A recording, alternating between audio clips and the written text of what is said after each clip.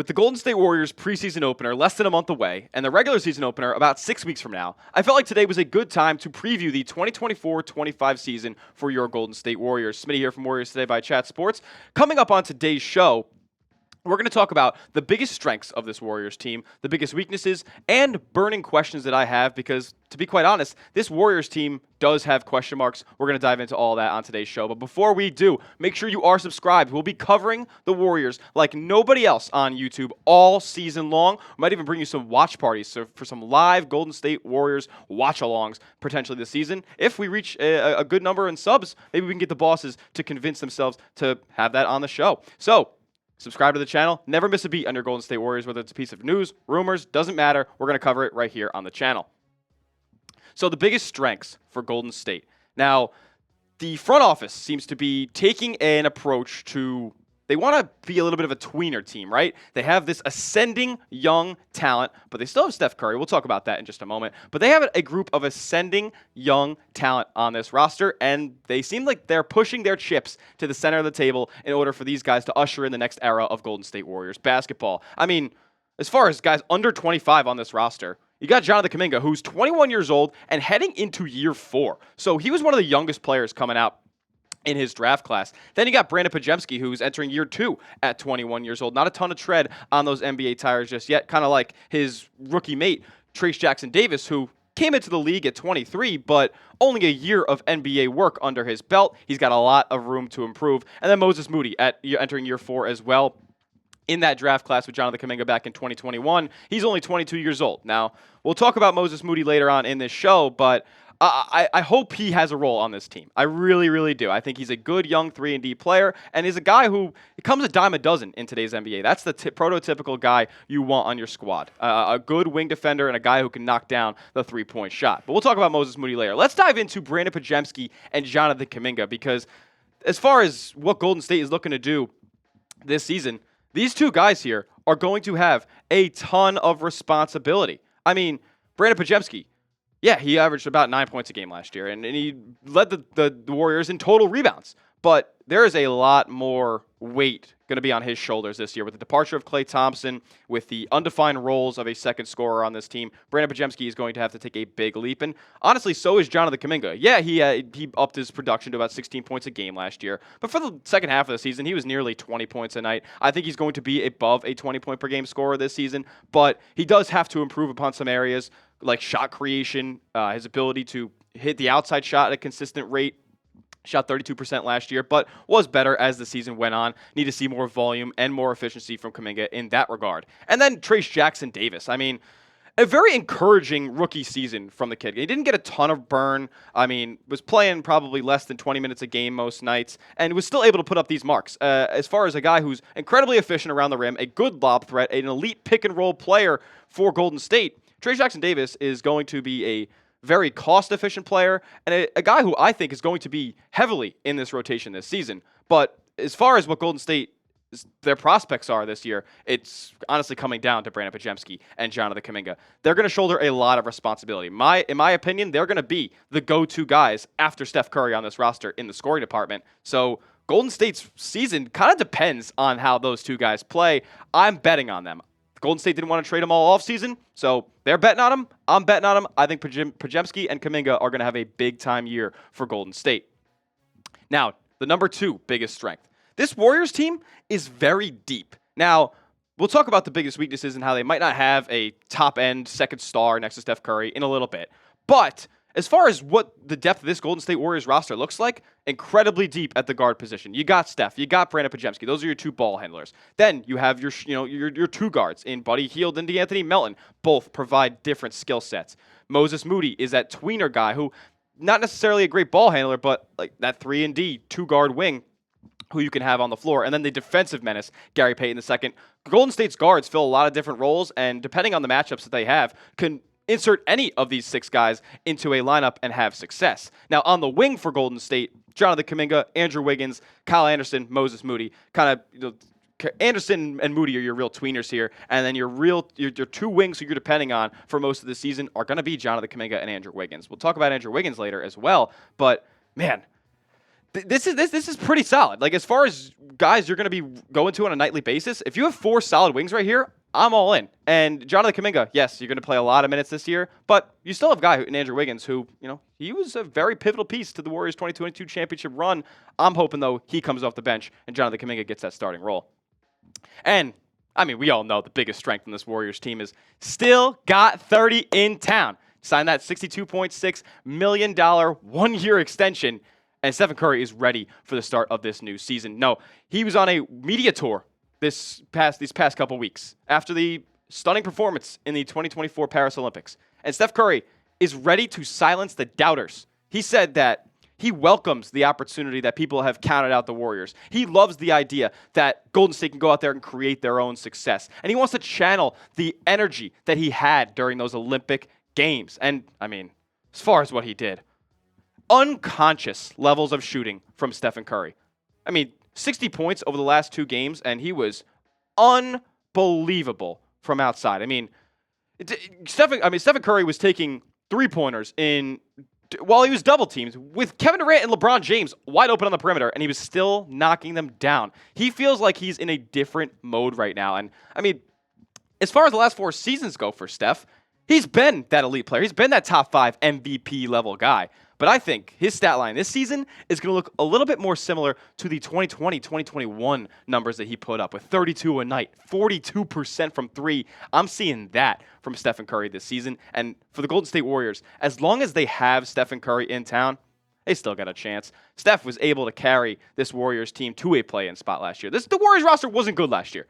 The chemistry was off. You had Steve Kerr mismanaging rotations, and Stephen Curry was still able to will this team to victory on a nightly basis. He was a clutch player, and for the 43 minutes before clutch time arrives, he was carrying this Warriors roster. So as long as 30's in town, Golden State still has a chance at a title.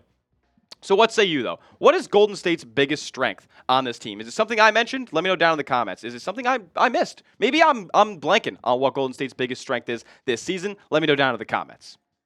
Now, unfortunately, we do have to go to the biggest weaknesses, and number 3 on the list is going to be ball handling and shot creation. Now, I referenced the fact that Stephen Curry and Brandin Podziemski will likely be your 2 ball handlers on this roster.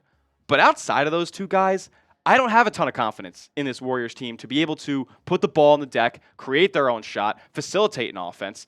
I'm not seeing that from a lot of the guys on this roster. Brandin Podziemski, I hope is starting, but man, when you put that second lineup in, who's the ball handler? Is it DeAnthony Melton?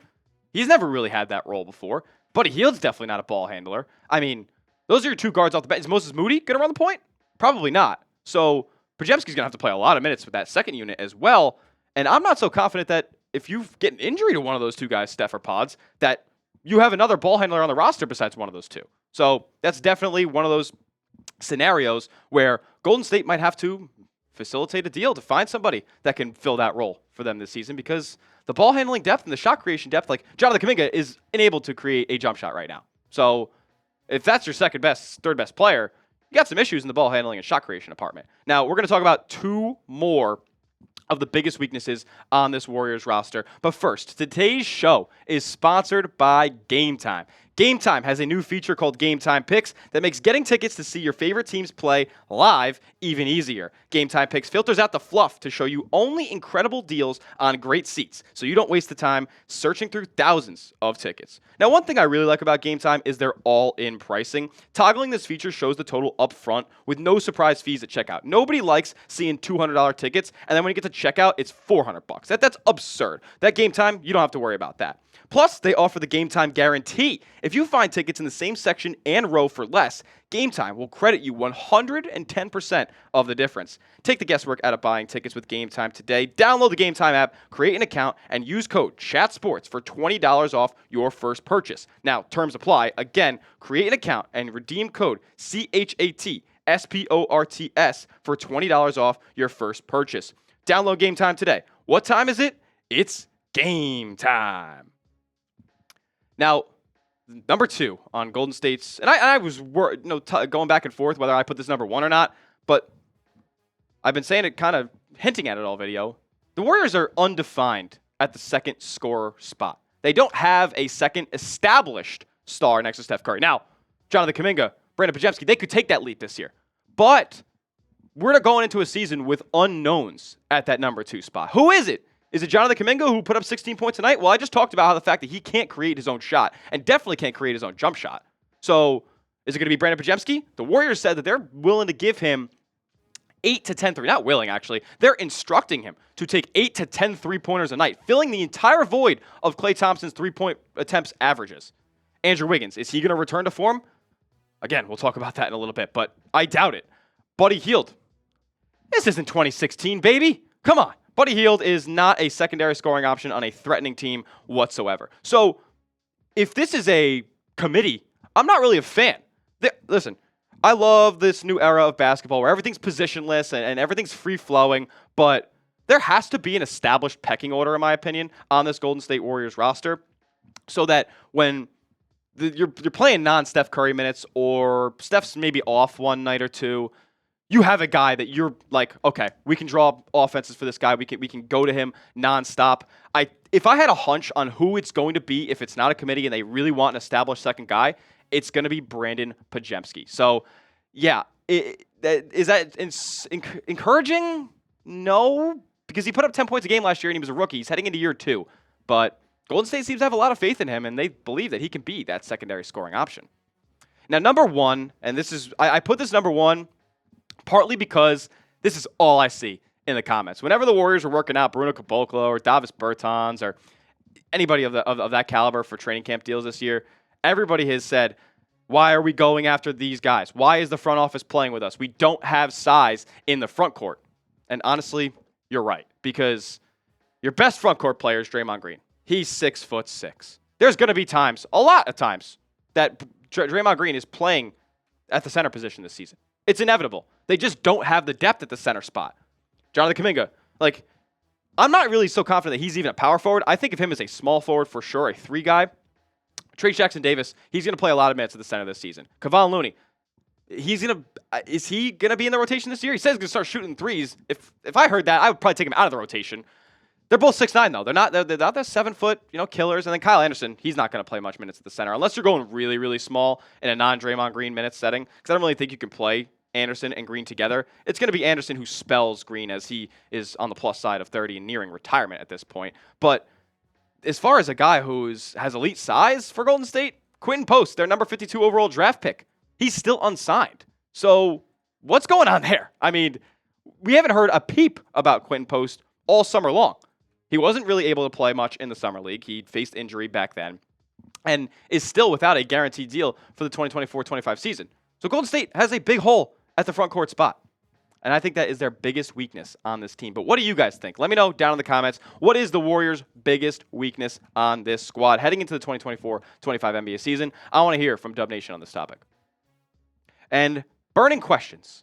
How will Steve Kerr manage the minutes on this team? I just talked earlier about how deep this Golden State Warriors roster is. And it is. But that creates an issue for Steve Kerr. How does he figure out how to play Buddy Hield, DeAnthony Melton, Kyle Anderson, Moses Moody? These guys on their bench. How are they all going to... Trey Jackson-Davis. This Warriors roster, if you're looking at the starting 5 here, this is what I think the starting 5 is going to be. It's not what I would put it as, but this is what I think the starting lineup is going to be game 1. So how do you find minutes for, if you're playing Steph and Podziemski in the starting lineup together, how do you find minutes for all those guards on your bench? I fear that Moses Moody will be screwed again. I think he's going to be the sacrificial lamb of the rotation like Steve Kerr called him last season. I think there's an unfortunate situation for Moses Moody. I mean, you go out and sign Buddy Hield, you go out and sign DeAnthony Melton. You don't sign guys just not to play them. And unfortunately, Moses Moody might be the scapegoat once again as he's going to be a restricted free agent. Maybe Golden State's doing this as a ploy to potentially sign him for cheap when he hits restricted free agency this summer. But, man, give the guy a chance because I think he's a really good player. But what would the Golden State Warriors closing lineup be? We talked about the starting lineup, but what would the closing lineup look like for Golden State? This is actually what I think the starting lineup should be and what the closing lineup should be. So, Brandin Podziemski starting with Steph, or closing the game with Steph. I think that's your, aside from Gary Payton, obviously, your best 2 defensive guards in there. You got Jonathan Kuminga, you got Draymond Green, you got Trey Jackson-Davis. I really do think Trey Jackson-Davis is going to take a big leap this season, and for a Warriors team that needs rim protection, and they need somebody down low who can bang with the big men in this league, I think Trey Jackson-Davis is going to be that guy. Now, we've been talking about it all video long. What Andrew Wiggins are we getting this season? I mean, for a guy, this is a fall from grace that we haven't seen in a long time. Andrew Wiggins could be argued by some as the second best player, the second most important player potentially on Golden State's 2021-22 championship run. I mean, he defended Jason Tatum at a level that we haven't seen from really anybody at the wing spot at that, highest stakes of a situation.